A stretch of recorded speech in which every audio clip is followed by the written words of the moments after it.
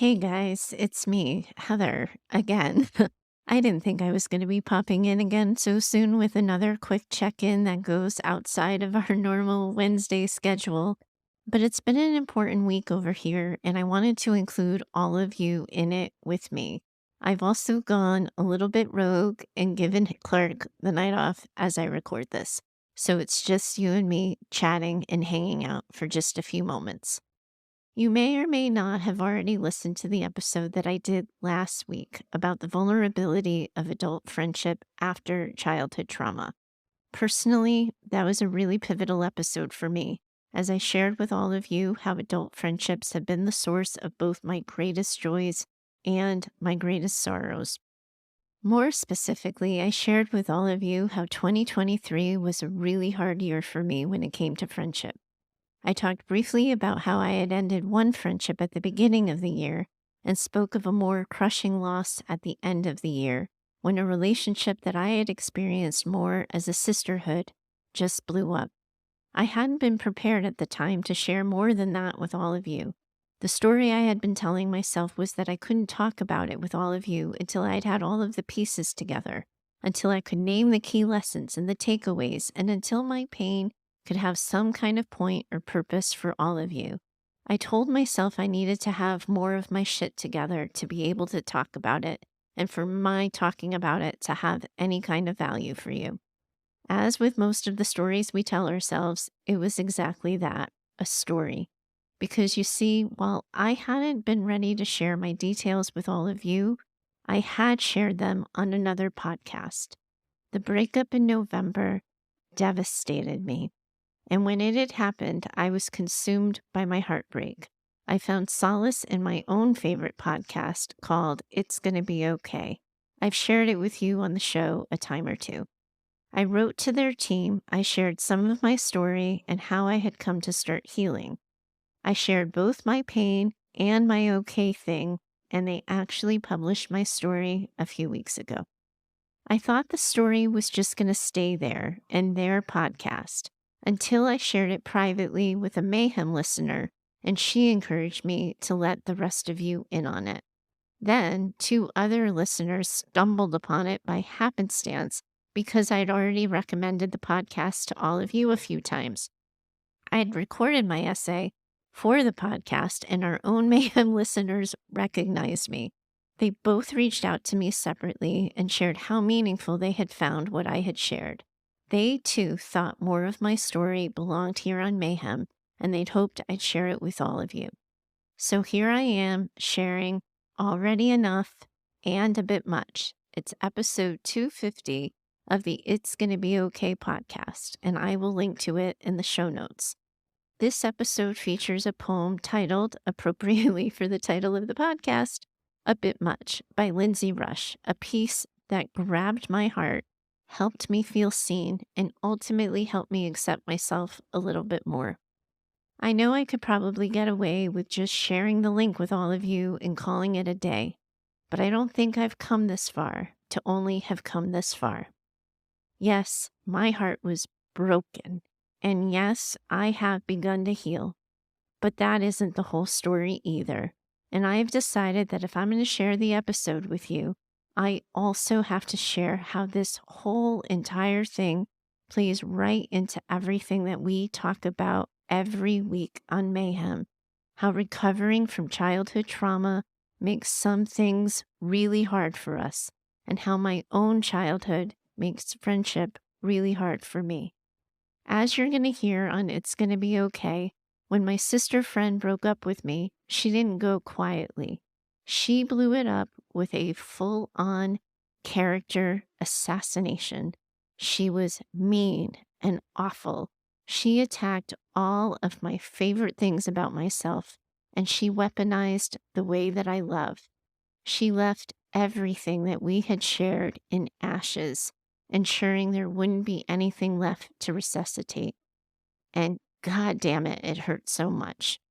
It hurt so much, and it still hurts so much. Not just because my heart was broken, though, and not just because she was mean, but because it had happened again. It had happened again. Someone who once loved me, who started out as my very best friend, had changed their mind about me.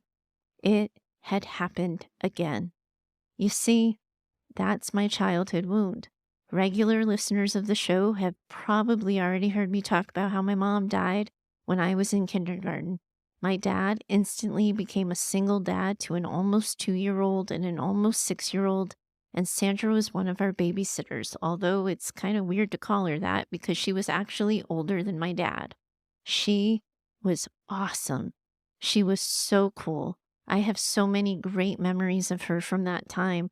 I think my favorite is actually a time when she got us these white t-shirts for me and my neighborhood girlfriends. She helped us tie-dye them and then use puffy paint to put our initials on the shirts.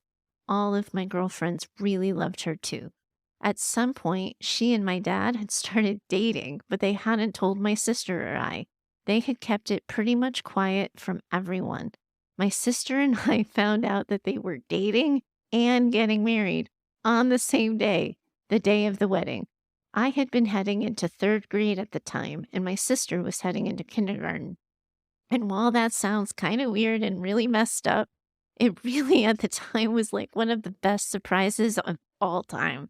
I was really thrilled. I loved Sandra so much, and now she would never have to leave my house. She was going to be my mom. I was going to have a mom again, and oh my gosh, it made me so happy.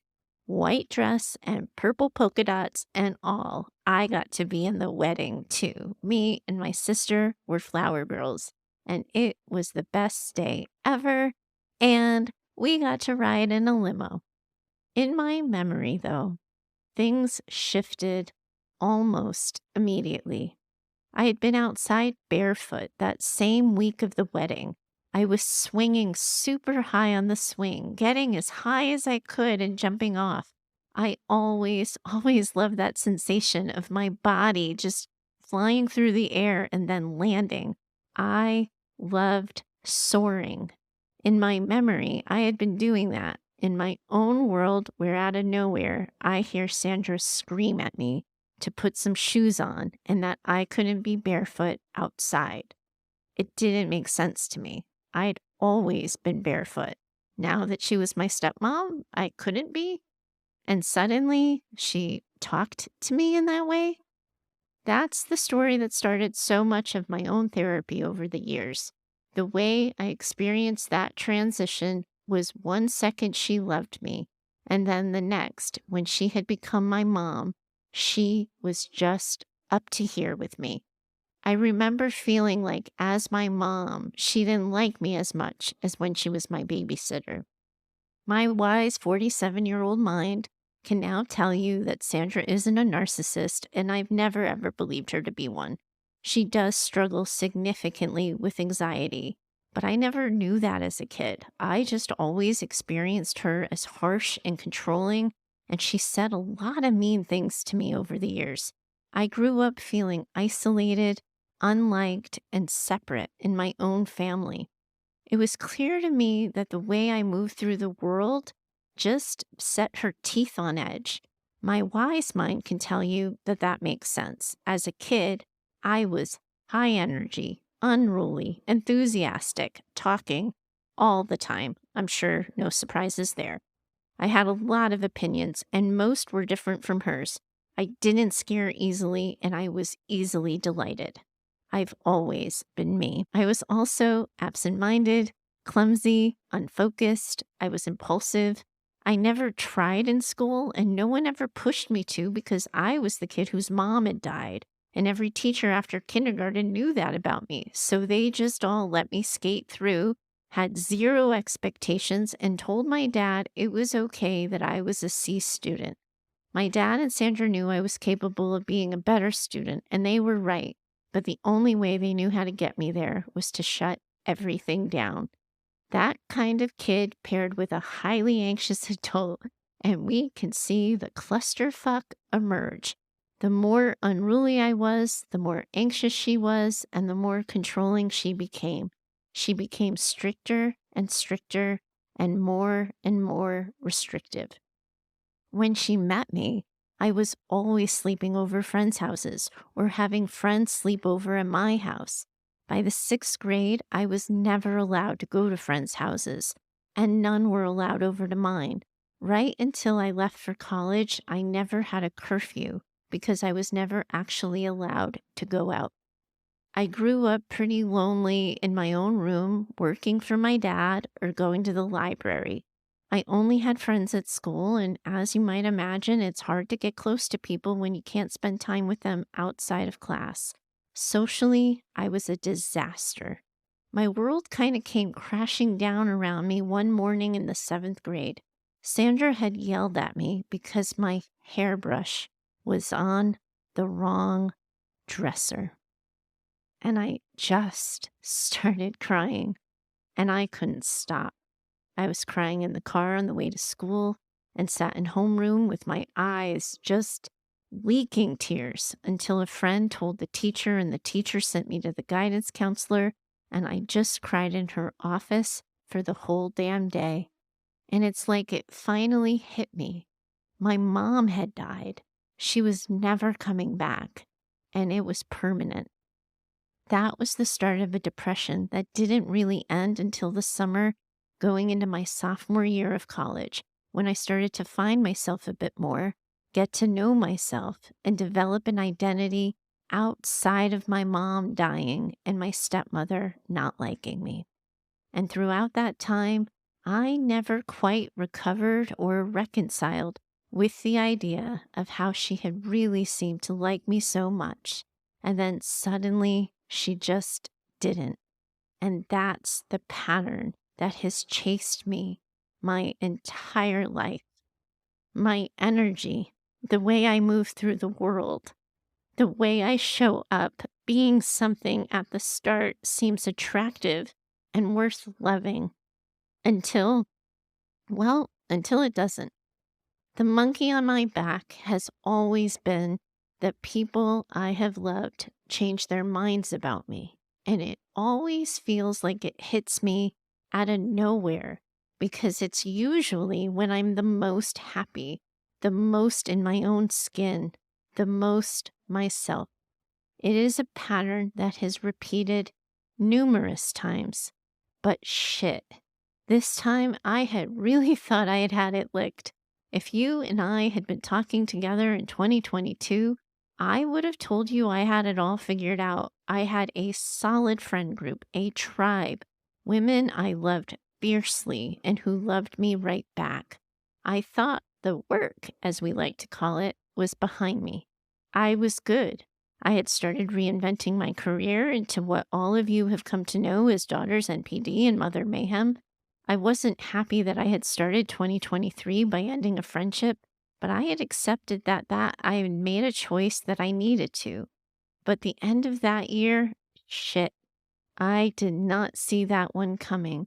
I had imagined my sister friend and I as old ladies, as golden girls in our rockers. Just weeks earlier, we had been together, and she had taken a nap and fallen asleep with her head on my shoulder.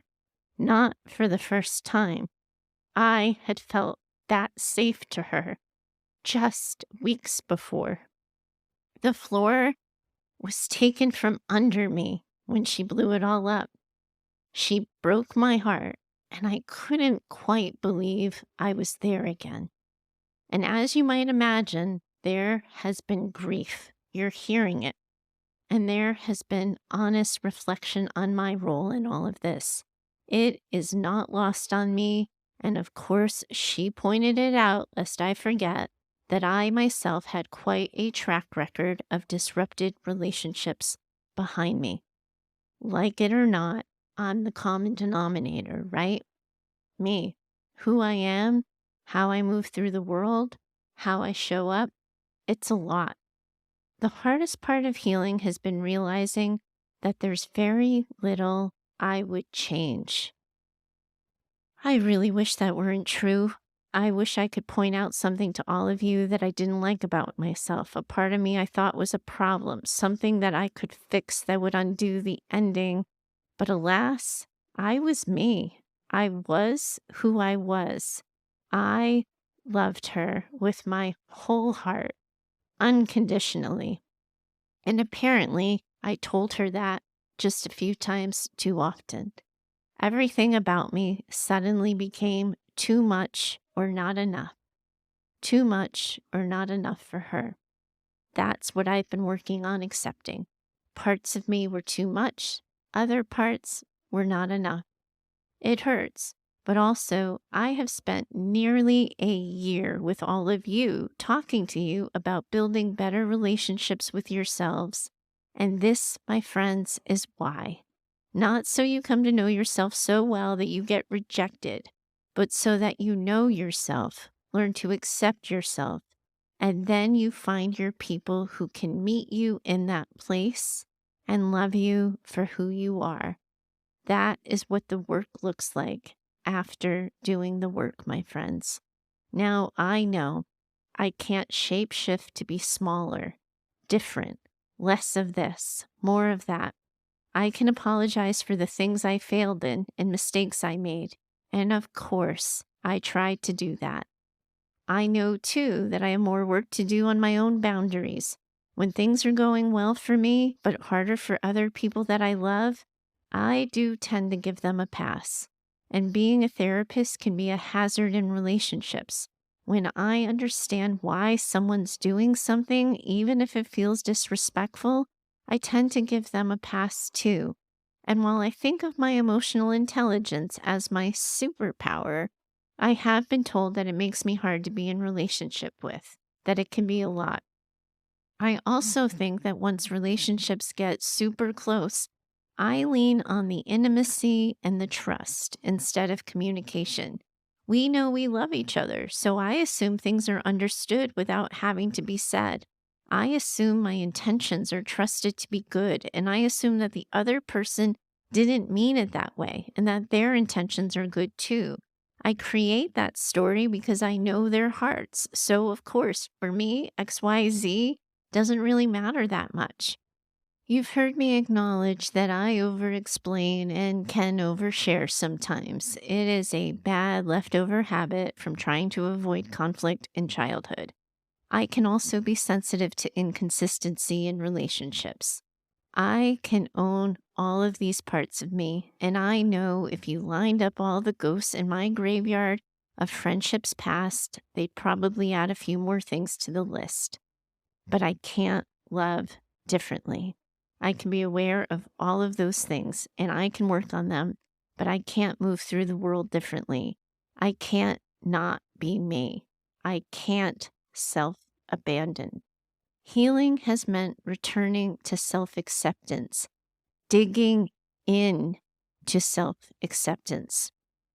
I can also own unequivocally that I am a fucking good friend to and for the people who want to be mine. I'm good for the people who are capable of and interested in receiving that kind of love that I have to offer. I accept too that not everyone fits that bill. I make mistakes, but nothing is done out of malice or ill intent, and I will always try to repair anything I broke if the person is willing to let me try. And while I am here, in my own space, let me also say that there is simply nothing I did that warranted the treatment I received. The way it all went down, I didn't deserve that. I've grabbed onto some poems and song lyrics throughout this time. If someone else wrote it, someone else felt it, and that makes us all a little less alone in it. In the episode I shared with you of It's Gonna Be Okay, I read a poem by Lindsay Rush. It's called A Bit Much. Since I wrote that essay, a friend of mine found something on Facebook that also speaks to me really deeply. I've tried several times to find the author, but I couldn't. So let me state really super clearly that what I'm about to read, I didn't write. The author is unknown to me at the moment, and if I ever learn of the author, I will for sure update the show notes for this episode. But here goes. When I'm all in, I'm all in. If you're my people, I truly mean that. You're my people. When I love, I love. So I'm going to call. I'm going to text. I'm going to ask you how you are. I'm going to want to hang out. I'm probably going to drop off a gift or two, and I'm going to want to know what's going on in your life, and I'm going to tell you what's going on in mine. I know it's a lot. I know it's too much for some people. I know it is, but it's who I am. It's who I've always been. I'm working on boundaries, and I'm working on not coming off like a puppy dog who just came inside for the first time all day. I'm working on making sure it all comes from an overflow of the love I have inside as opposed to the feeble attempt to earn approval. I never want to be desperate or needy or clingy, but sometimes I am. Sometimes I am searching for validations, and I'm working on that. But I care. I have a high capacity for friendship, and I will always crave connection. It's wired into my DNA, so I don't think it's going anywhere. If that's not something you can handle, listen, I get it. And I'm not mad. I don't blame you in the least. You aren't the first, and you won't be the last. But go find less. You won't have any trouble because there's an abundance of less out there. If I could change, I promise I would. I've spent the majority of my life trying to fit the mold, but I like me. I like giving. I like showing up. I like bells and whistles and hoopla and not caring what anyone thinks. I am most comfortable when you know exactly where I stand and when my entire heart is on the line. It's how I operate. I don't like walking on eggshells, pretending surface level stuff, or playing it cool just to fit in. I don't like wondering if you like me or if you don't. I don't like constantly wondering if I'm living up or down to who you want me to be. And I absolutely cannot stand halfway friendship. And while it wouldn't be fair of me to expect you to snap your fingers and be someone you're not, I guess it goes both ways. So you can love it about me or you can hate it about me. But when I'm in, I'm all in. Okay, all right. A few tears on that one as I read it to you. But the first time I read it, I was full on weeping. So many of you have written into the show about how it makes you feel seen. And that has always been my greatest privilege to know. And I will never tire of hearing you guys tell me how seen you feel by Mother Mayhem. I think, though, that I really did come to understand on a deeper level what this show has come to mean to you. Because shit, after I read that, I had never felt so seen by someone I didn't know. And that really is me. All in. That's my challenge. Accepting it about myself, I am already enough. I'm a bit much. But holy fuck, I am also all in. That's where healing has brought me to. A deeper sense of knowing myself, accepting myself, and understanding that that means being unapologetic about all of it. I don't mind telling you you're hearing it. I'm a work in progress on it, but I'm working on it.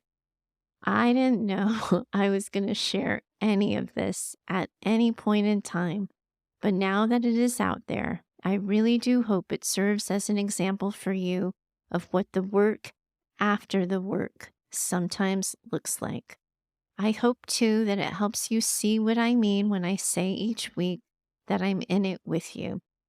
I'd like to think that when you heard me read about being all in, you thought to yourselves, yep, that's Heather. I hope you saw me in those words. I hope when you hear me say all in, you see and hear the proof that I am all in on this community, all in on this podcast, and all in on how I show up over on Instagram. We're a community of women around the world in this together at different places in the journey. Thank you for allowing me the space and time to share mine. Bye for now.